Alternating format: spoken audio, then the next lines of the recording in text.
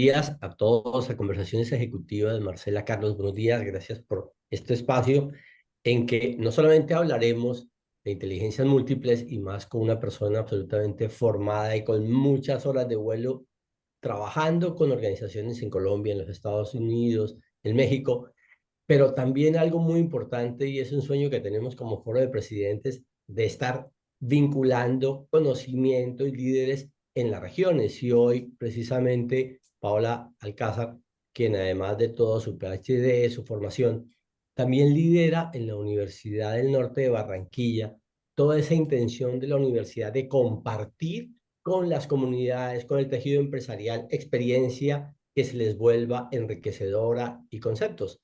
Así que, pues además de su formación y la cantidad de temas que ha manejado en su vida, nosotros quisimos, tuve la oportunidad de escucharla a ella de forma personal aquí en Barranquilla, y cuando me habló de inteligencias múltiples y lo que es el potenciar los equipos humanos, me imaginé que Carlos pues estaba sentado al lado diciendo, la necesitamos, porque es alguien quien articula lo que queremos, no solamente el propósito empresarial, sino construirlo a partir de gente que está motivada, que comparte el propósito, pero además que siente que tiene un plan de carrera.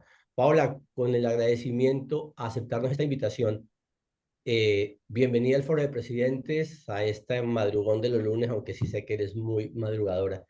Y primero que todo, déjame hacerte la pregunta que solemos formular con presentación de ascensor. ¿Con quién tenemos el gusto?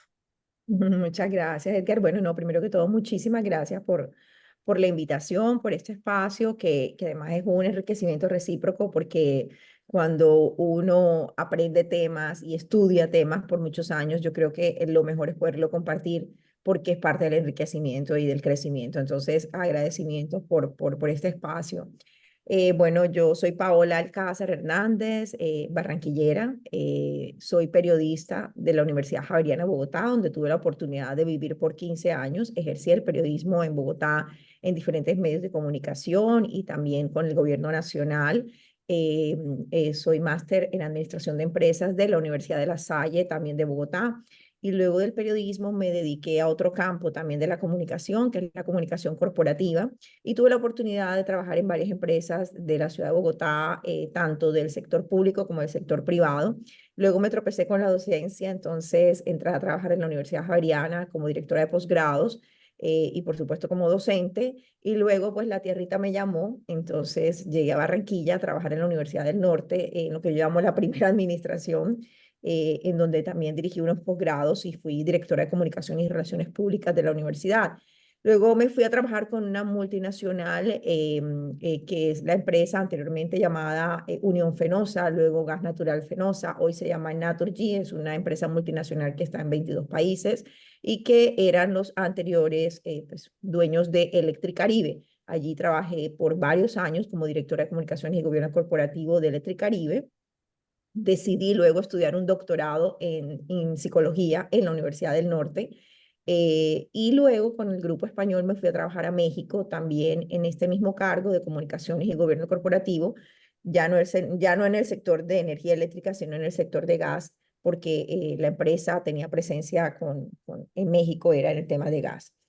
Y luego regresé de México nuevamente a Barranquilla, en donde actualmente, como ya lo decía Edgar, ocupo el cargo de directora de extensión de la Universidad del Norte desde hace 12 años que volví de México. Me desempeño en la Universidad del Norte pues como docente de posgrados y también directora de extensión. La extensión cobija tres áreas de la universidad, que son el Centro de Educación Continuada, el Centro de Consultoría de Servicios y el Programa de Desarrollo Emocional. Entonces, a eso me dedico actualmente. Fue porque era mejor que ya se presentara. Así Eso que, me dijo. Paola, con la bienvenida. ¿Por qué Muchas no nos gracias. cuentas un poco lo que nos has preparado hoy a los empresarios del Foro de Presidentes y a quienes podrán escuchar además por nuestras redes sociales el concepto de inteligencias múltiples Claro llevado que a sí. las empresas?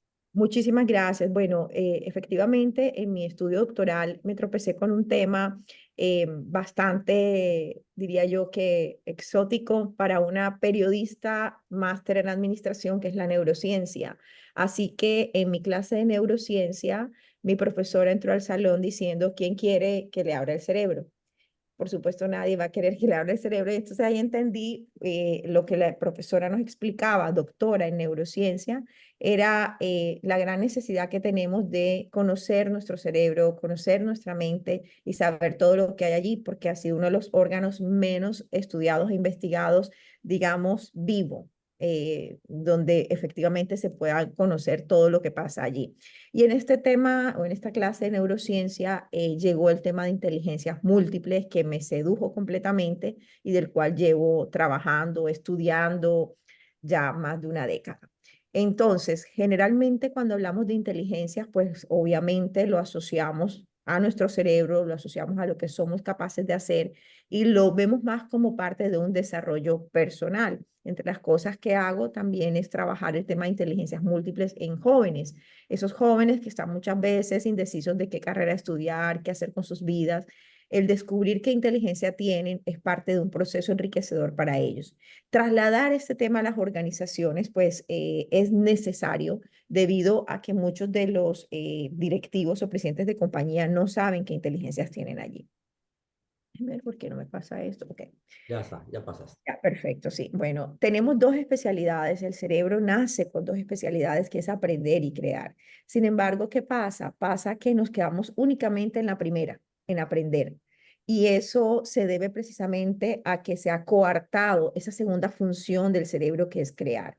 Esto es lo que nos dice la neurociencia. Nos dice que tenemos un cerebro con grandes capacidades, pero que lamentablemente no las desarrollamos todas, precisamente por esos cambios que se dan o esa presión o esa homogenización que se da en la educación que recibimos, especialmente en países como el nuestro, en donde todos somos, entre comillas, educados de una manera homogénea. Y es precisamente el autor de estas inteligencias, un profesor de Harvard que se llama Howard Gardner, quien dice que no, que por ahí no es la cosa. De manera que en este cerebro maravilloso que tenemos todos, esos cerebros en donde se encuentra absolutamente toda la información que tenemos de nuestro cuerpo, es ese gran órgano, ese gran motor de lo que nosotros somos, sentimos. Mis manos se están moviendo en estos momentos, no porque se gobiernen solas, sino porque es mi cerebro que le dice que se mueva. Entonces, sí, tenemos un cerebro humano creativo porque es parte de sus funciones, aprender y crear. Pero el aprender lo hacemos desde que nacemos. Aprendemos a hablar, a decir mamá, a gatear, a caminar, a que 2 más 2 es 4. Pero la parte de la creación muy recientemente se está incluyendo en algunos currículums académicos con clases como innovación, pensamiento creativo, pero en realidad es muy reciente. Entonces, es la cultura y es la educación quien han coartado esta maravillosa función del cerebro.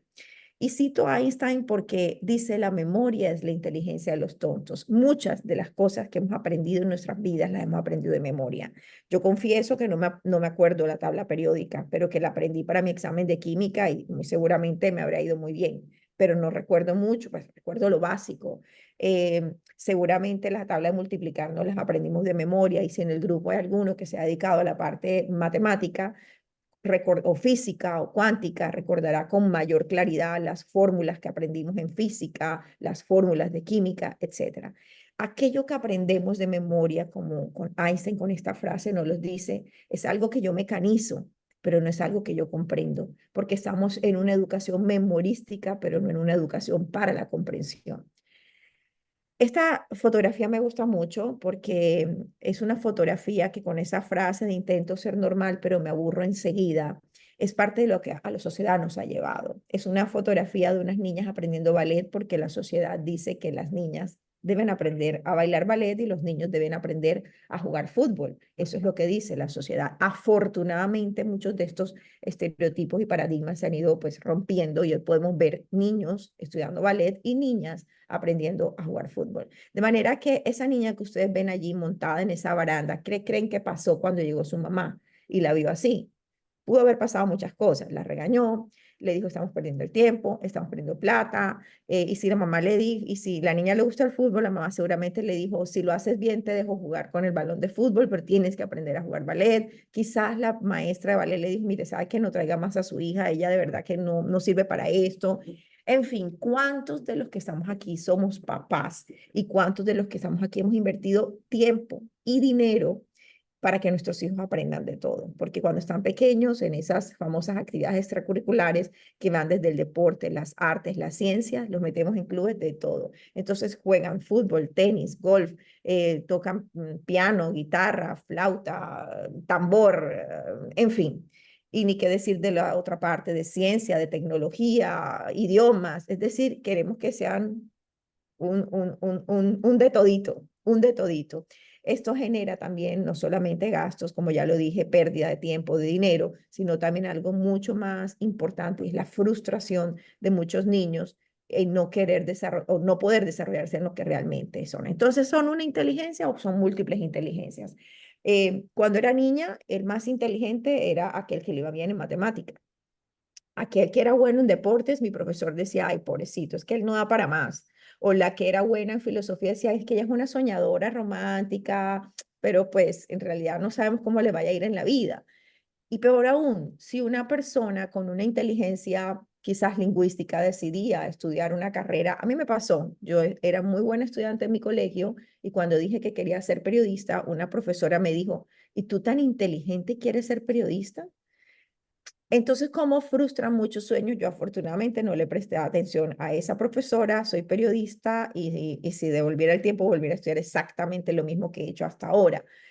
Sin embargo, no todos se atreven a hacerlo y a romper ese molde que muchas veces la sociedad nos normaliza o nos normalopatiza, porque en realidad es una normalopatización. Garner dice, miren señores, es que no hay una inteligencia, se imaginan que iba aburrido sería el mundo si todos tuviéramos la inteligencia lógico-matemática o todos tuviéramos la inteligencia musical.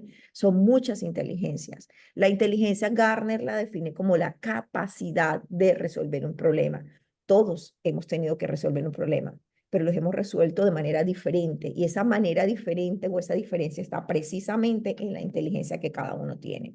No sé cuántos de aquí han podido conocer cuál es la inteligencia, pero no se imaginan de lo que se pierde por no conocer cuál es la inteligencia de cada uno. Están a tiempo, señores, no importa que ya sean adultos, presidentes de compañía, de conocer qué inteligencia tienen y sobre todo entender muchas de las cosas que seguramente hoy se están preguntando y no encuentran respuesta. ¿Qué cosas? En sus relaciones interpersonales, en sus relaciones laborales, en el tema de cómo dirigen la organización, etcétera. Conoce tu inteligencia. Si la inteligencia es la capacidad para resolver problemas, ¿cuántos problemas hemos tenido que resolver? Muchísimos. Es decir, si no hemos tenido que resolver un problema, no nos hemos estrenado la inteligencia, pero estoy segura que más de unos problemas hemos tenido que resolver y aquí estamos. ¿Qué inteligencia hemos puesto para la resolución de ese problema? Yo no me voy a detener a definir cada una, esto lo pueden ustedes encontrar muy fácilmente buscando en Google, buscando donde quieran, todas las inteligencias que hay, pero sí les quiero decir que estas inteligencias empezó a investigarlas Gartner desde 1982, 83, y hoy, que afortunadamente todavía lo tenemos con nosotros, sigue investigando las inteligencias porque hay inteligencias que han surgido nuevas y esto depende de todo lo que sucede precisamente en el entorno y ahí ven la última inteligencia que es la de las apps.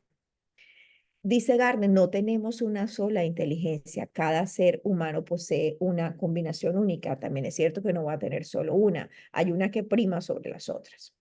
Es que yo aquí voy a minimizar esto porque no veo. Ok. Si inteligencia es la capacidad para resolver un problema, entonces, ¿qué son las capacidades? Y también me gusta aquí hablar de esta autora también de la Universidad de Harvard, que se llama Martha Nussbaum. Los invito a que la lean. Ella habla de desarrollo de capacidades. Nussbaum es una mujer, destaco adicionalmente, es una mujer que es filósofa, pero que le habla a los economistas. Entonces, Nussbaum fue una de las grandes aliadas con Amartya Sen para definir los objetivos de desarrollo sostenible. Y ella habla de la economía del bienestar. Y esta economía de bienestar de la que habla Nussbaum lo habla antes del 2020, porque este es un tema que ha tomado mucha relevancia después del 2020 por lo que todos vivimos durante esa pandemia, pero sí destaco que ella lo empezó a plantear antes del 2020.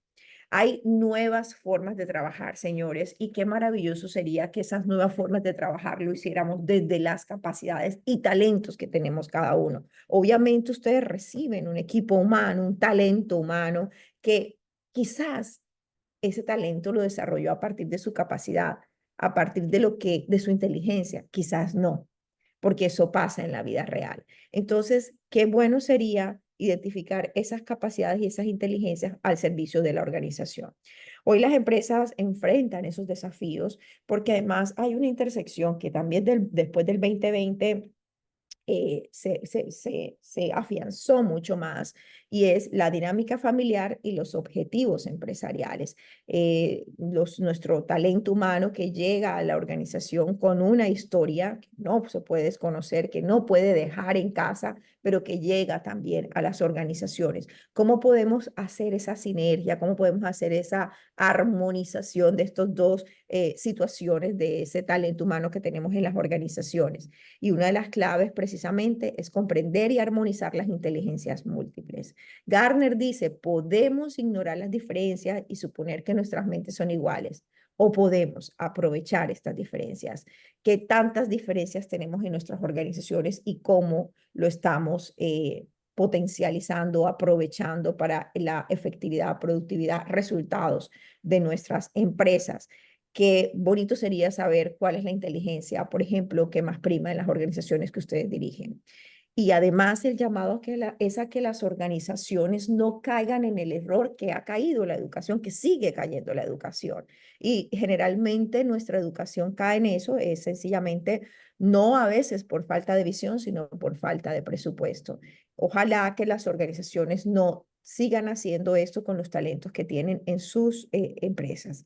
Hay más de una forma de ser inteligente en el trabajo y la invitación es a que se consolide un modelo empresarial multidisciplinario y complementario. Mi formación me permite creer aún más en esto, en la interdisciplinariedad. Cuando estudié periodismo, cuando finalicé mi carrera de periodismo, decidí estudiar el MBA, que fue hace muchísimos años. Yo estudié, en mi época, cuando estudié el MBA, solamente habían dos MBA en Colombia. Y recuerdo que la mayoría eran hombres y la mayoría eran ingenieros y administradores. Y cuando nos presentábamos y yo decía que era periodista, era, ¿qué haces aquí? ¿Por qué estás estudiando esta maestría? Hoy no pasa, como les digo, eso fue hace unos cuantos años atrás, pero me sucedió lo mismo con el doctorado. En el doctorado de psicología, claro, comunicadora social, periodista, máster en administración, psicóloga, ¿eso como qué es? ¿Mm?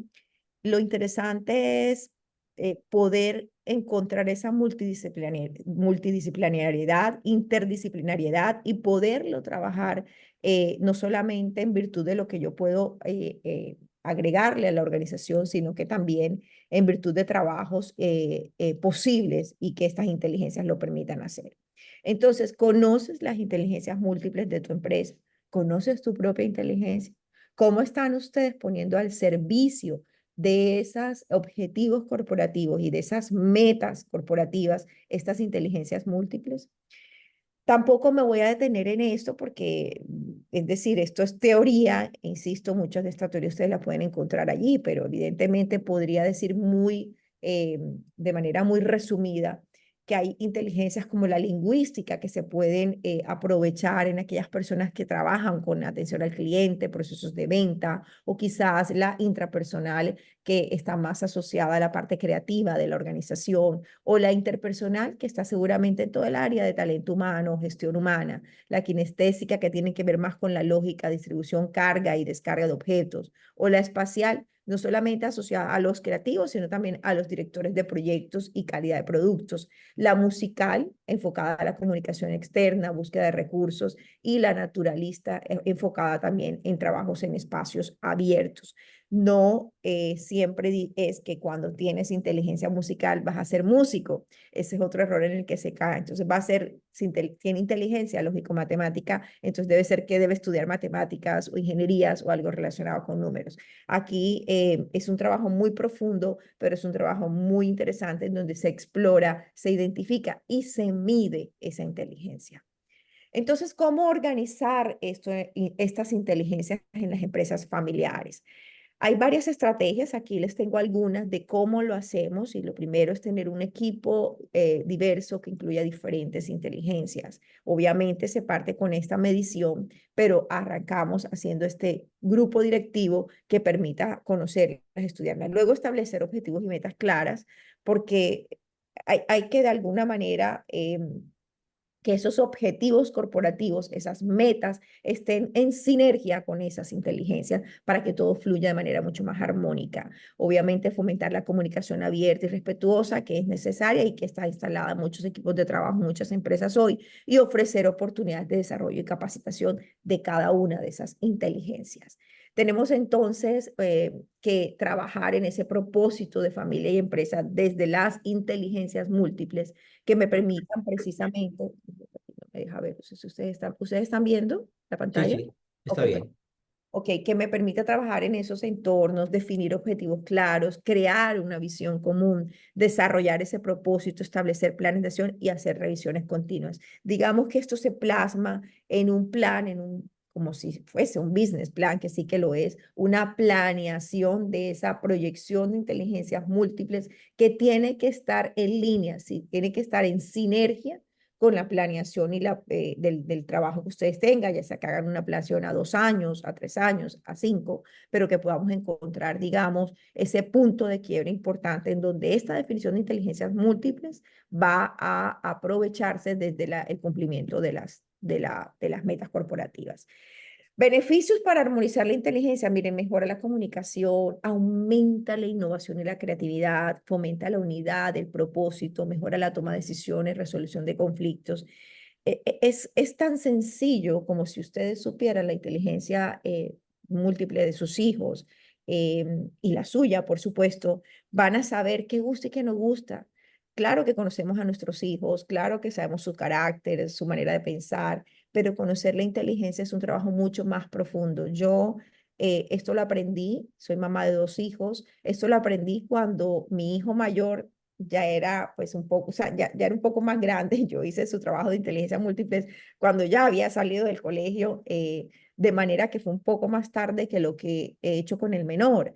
Y ustedes no se imaginan los frutos que se recogen más temprano que tarde cuando hacemos este trabajo de inteligencia. Pues pónganse estas mismas preguntas en las empresas. Vamos a cortar camino, vamos a desarrollar un trabajo mucho más fluido, mucho más creativo, vamos a trabajar en una armonía de verdad mucho más interesante.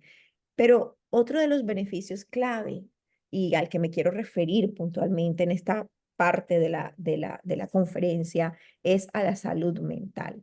Porque tan sencillo como si sé cuál es la inteligencia de esa persona que trabaja conmigo, que convive conmigo, como dicen, muchas horas más de las que estoy en mi casa, eh, va a ser también mucho más fluido este tema que hoy nos preocupa y nos ocupa no solamente a los directivos de organizaciones, como es el caso de ustedes y el mío, sino también a muchos padres de familia y por supuesto a muchos dirigentes públicos, la salud mental. La salud mental ya la estábamos allí, ya nos estaban hablando de salud mental antes del 2020 y quizás muchos no la comprendíamos. Bueno, pero ¿qué será eso? O sea, eso como qué viene, como qué se come, cómo es la cosa.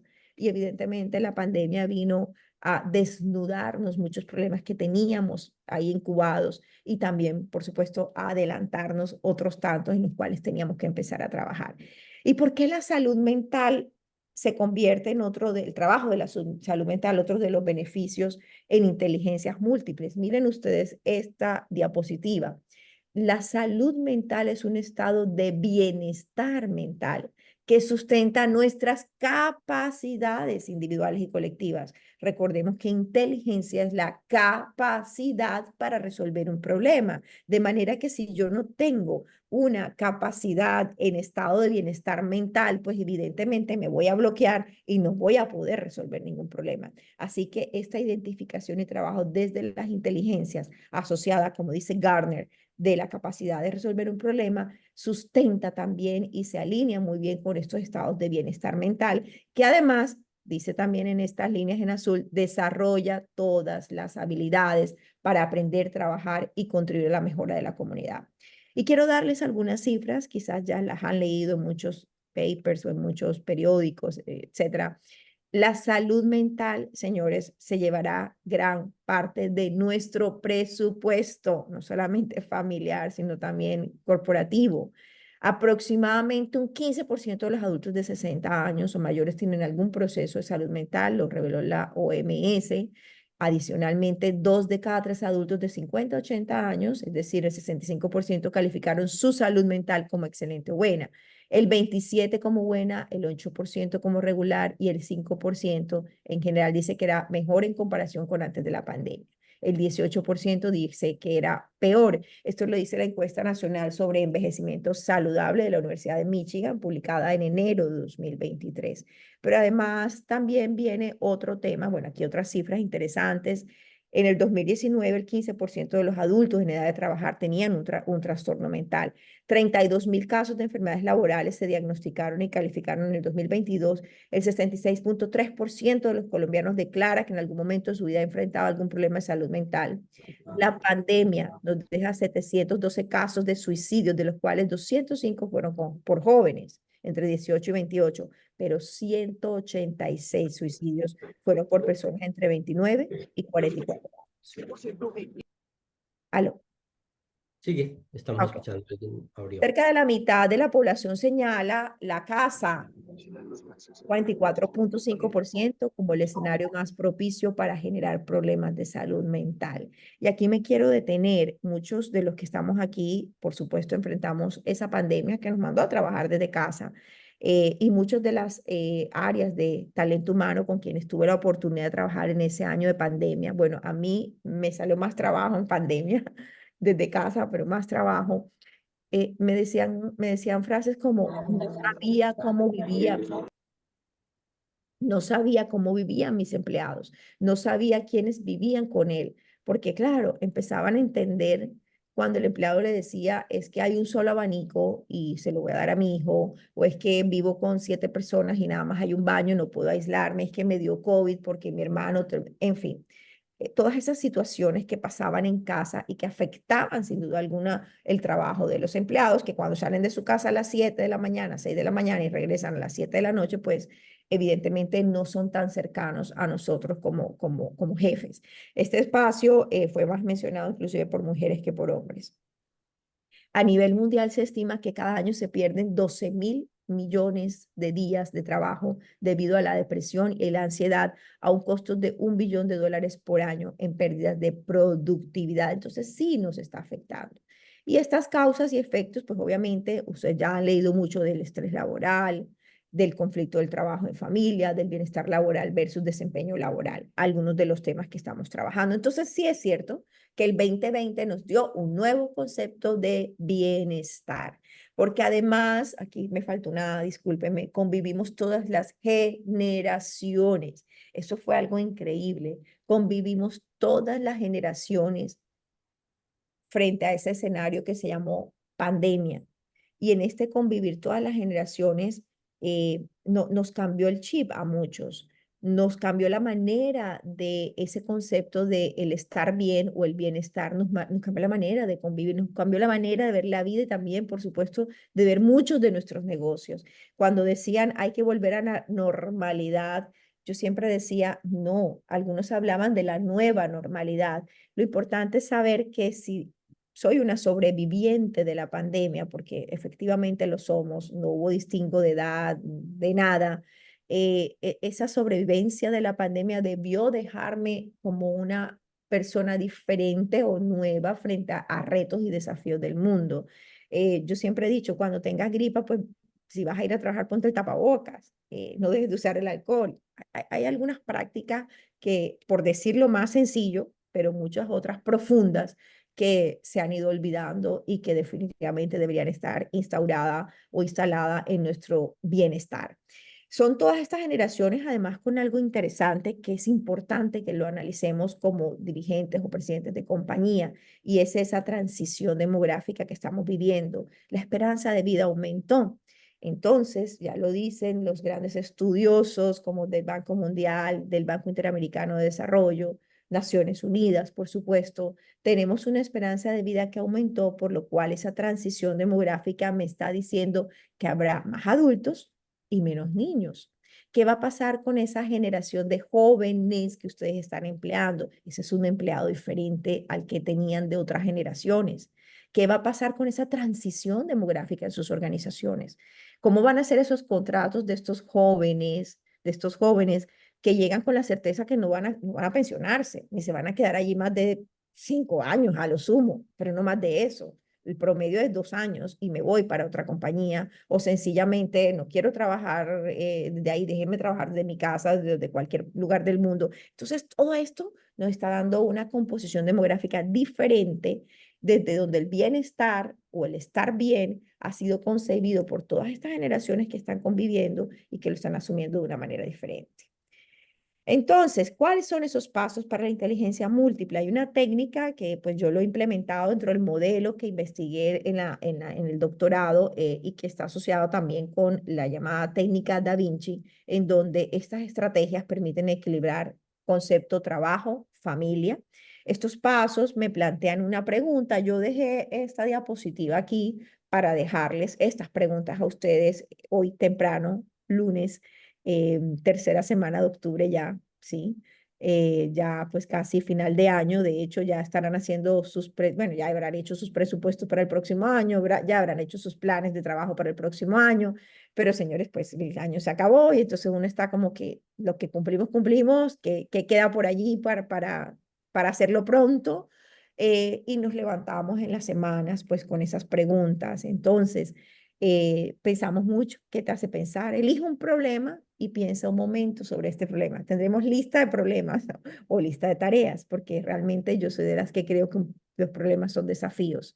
Entonces, ¿qué nos hace pensar? ¿A qué nos recuerda? ¿Qué es lo que no encaja? ¿Cuáles son los obstáculos? ¿Qué es lo desconocido? ¿Cómo lo veo ahora? ¿Qué es lo que más nos gusta? Y todos estos ejercicios nos permiten, primero, desproblematizar el problema para convertirlo en un desafío, en una tarea, en algo que tengo que hacer yo y solo yo, pero que lo tengo que hacer desde mis capacidades y mis competencias y mis inteligencias. Los tipos de inteligencia se deben conocer y será clave para iniciar ese proceso de armonización y unidad.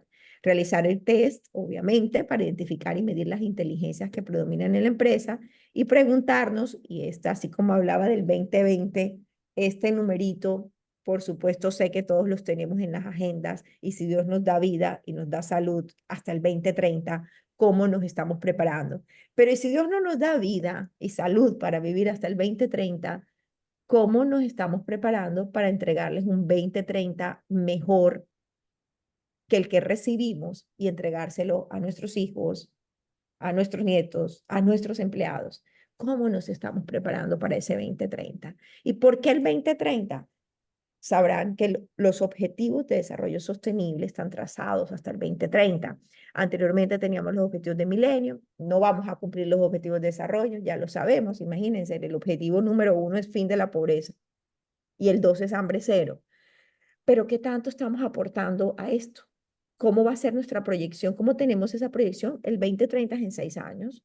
¿Cómo tenemos esa proyección de cumplimiento de ODS desde mi organización, que evidentemente pues nos compete a todos? El futuro, soy de las que creo como Drucker que el futuro y la mejor manera de predecirlo es crearlo. El futuro es lo que va a pasar dentro de un minuto. El futuro es lo que viene hacia adelante. Entonces el futuro se planea porque yo, pues, principio básico de administración, no planeo hacia atrás, sino que planeo hacia adelante. Y en ese futuro, que ya es hoy, está esta inteligencia artificial que también nos llegó y que no puedo dejar de hablar de ella porque muchas veces me preguntan, ya que estás hablando de inteligencias múltiples, ¿cómo es lo de inteligencia artificial? Entonces, hablo de la inteligencia artificial un poco para ponerla como en esa agenda que tenemos de trabajo con nuestros empleados, con nuestro talento humano de cara a ese 2030. Estamos trabajando la inteligencia artificial desde estos sistemas que son capaces de pensar, aprender y tomar decisiones, desde unas máquinas que pueden aprender experiencias, adaptarse y tener conductas similares a las que tendría un ser humano. Y tampoco me voy a detener a definir los tipos de inteligencia artificial, pero sí hacernos la pregunta todos los días en casa y en las organizaciones: ¿qué de lo que estoy haciendo hoy lo podría hacer un robot? Es una pregunta real. ¿Por qué? Porque es mejor prepararnos y no que nos cojan fuera de base. Muchos de los servicios, de los procesos, etcétera, que tenemos en nuestras organizaciones, podría y debería estar haciéndolo un robot, por llamarlo pues, de manera coloquial, o podría hacerse desde la inteligencia artificial. Y la pandemia nos adelantó también este tema. Entonces, si este tema está tan acelerado, ¿cómo lo estamos haciendo ahora? Y lo digo desde la casa misma. ¿Qué podría yo hacer en mi casa, en las actividades, y qué podría hacer también en mi empresa? De manera que estamos hablando, y lo dicen desde el Centro de Tecnomoral, un centro de tecnología moral o tecnomoral que está en la Universidad de Edimburgo, que dice que hay virtudes tecnomorales, que hay tecnología inclusive nos puede ayudar a vivir mejor y a vivir mejor como seres humanos. Y nos identifica también tareas en las que se pueden reemplazar a los seres humanos y se le conoce como las 3D, Dull, Dirty y Dangerous, en donde son tareas aburridas, tareas sucias y tareas peligrosas. Obviamente el metaverso que está presente en ese mundo virtual inmerso en donde las personas se pueden reunir con otras y el avatar hace parte de esto. Yo como docente lo digo y yo me pregunto, ¿qué tengo que hacer como docente que no pueda hacer un avatar? Porque va a haber avatar profesores, va a haber periodistas, va a haber los presentadores de noticias. Disfrutémoslo porque los próximos van a ser unos avatar. Es decir, me sale más económico, no se equivocan, no se enferman, los tengo ahí, le pongo de los ojos que quieren, ustedes no se van a dar cuenta que no son humanos, le pongo el nombre que quiera yo, etcétera. Y van a estar ahí presentándonos las noticias o los profesores. Pero ¿qué tenemos que hacer frente a eso? ¿Qué tengo que hacer yo como docente que justifique que mi estudiante llegue a clases a las 6:30 de la mañana un lunes que no lo pueda leer en una diapositiva? ¿Cómo puedo realmente hacer ese tema pues mucho más importante? Ya sabemos todo lo que está pasando en el espacio, cómo nos estamos preparando para eso, si vamos a estar por allí, los dispositivos de realidad virtual que también están presentes en nuestra vida cotidiana, lo tenemos todos los días. Obviamente los carros eléctricos, gafas de sol con el chip integrado para pagos y muchas otras cosas más que parecería que estuviéramos en la época de los supersónicos o yo no, o que fuera algo irreal, pero no es irreal, señores, están ahí. Entonces, ¿qué no tiene un robot, evidentemente, o qué no tiene esta inteligencia artificial? Las competencias blandas. Entonces, ¿en qué debería también trabajar con mi talento humano? En estas competencias conductuales o blandas que van a incluir el autoliderazgo, la curiosidad, la capacidad de reflexión, el aprendizaje continuo, la capacidad de argumentación y confianza, porque esto que ustedes ven aquí en esta diapositiva, eso sí no lo van a poder hacer desde la inteligencia artificial. Y ya para ir terminando y dar paso a preguntas, hablamos entonces de las habilidades del ahora y las habilidades del futuro, pero el futuro y el ahora es ya.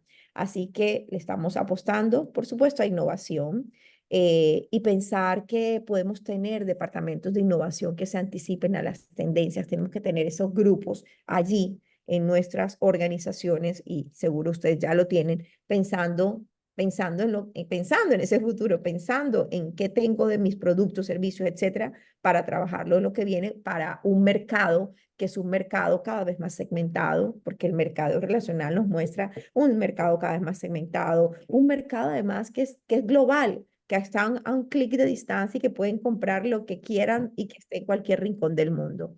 Obviamente tenemos la incertidumbre y no solamente por temas políticos de países, económicos, es una incertidumbre general y que se da desde las potencias mundiales como las que están ahora con Kamala y con Trump hasta las más, digamos, pequeñas o países menos desarrollados, donde también, por supuesto, la incertidumbre reina. Las conexiones son importantes, por eso me complace mucho participar en este tipo de espacios, porque ustedes son una red, ustedes son un espacio, digamos, donde se nutren no solamente de lo que pueda yo venir a compartirles muy humildemente, porque también me nutro de ustedes, sino que además se convierten en esas redes que aprenden en equipo, que identifican problemas los problemas míos pueden ser los de ustedes y ustedes quizás tienen una solución que yo no he visto, pero además nos conecta también con otras personas. Es una construcción permanente ese futuro, no está en el calendario, no está delante de nada, pero lo construimos lo gestionamos y frente a ese estamos. Hablamos entonces de un liderazgo también carismático en donde los nuevos hábitos sean reaccionar con rapidez, pero también, ya lo había dicho, trabajar en mercados globales con equipos multidisciplinares y multiculturales. La empatía de la que hablamos es eso, o también neurociencia o psicología de masas, ponerme en los zapatos del otro y desarrollar habilidades que van desde la inteligencia emocional, la adaptación al cambio y, por supuesto, la intuición. Y bueno, eso es todo.